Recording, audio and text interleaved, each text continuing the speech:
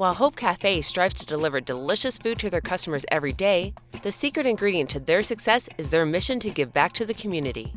So our name, Hope, stands for Help One Person Every Day. And so our mission is to reach the outcast, outsourced, overlooked, teach them a trade, teach them how to feed themselves, feed their family, feed the community.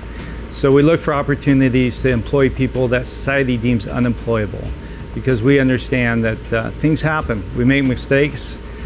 Bad things happen, bad choices happen, or just bad luck. And so we want to come alongside people and help them get back on their feet.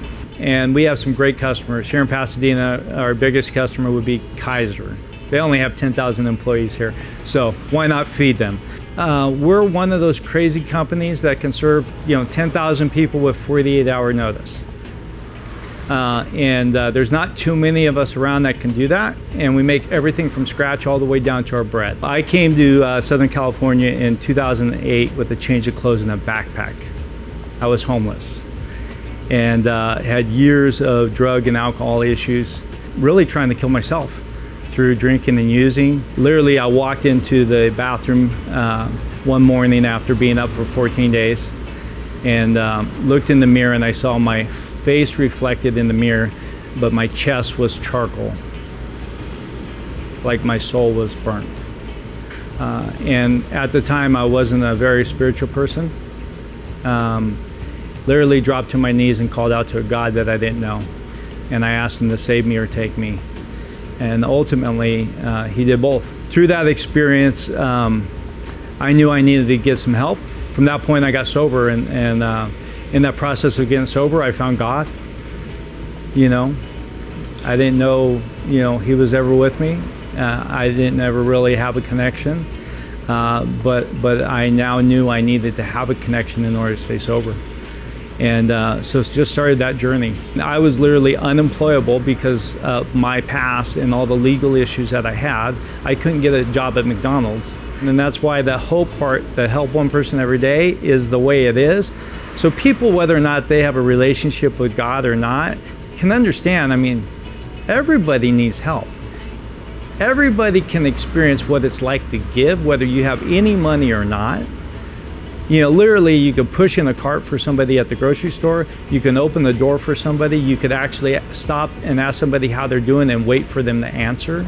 And so what the cool part is we get to see lives transformed, in the short term and the long term. And even when people leave us, they come back to let us know, hey, this is going on. Our first homeless guy that we hired 3 years later bought his first house. Our 4 standards, which we call core values, one would be live generously.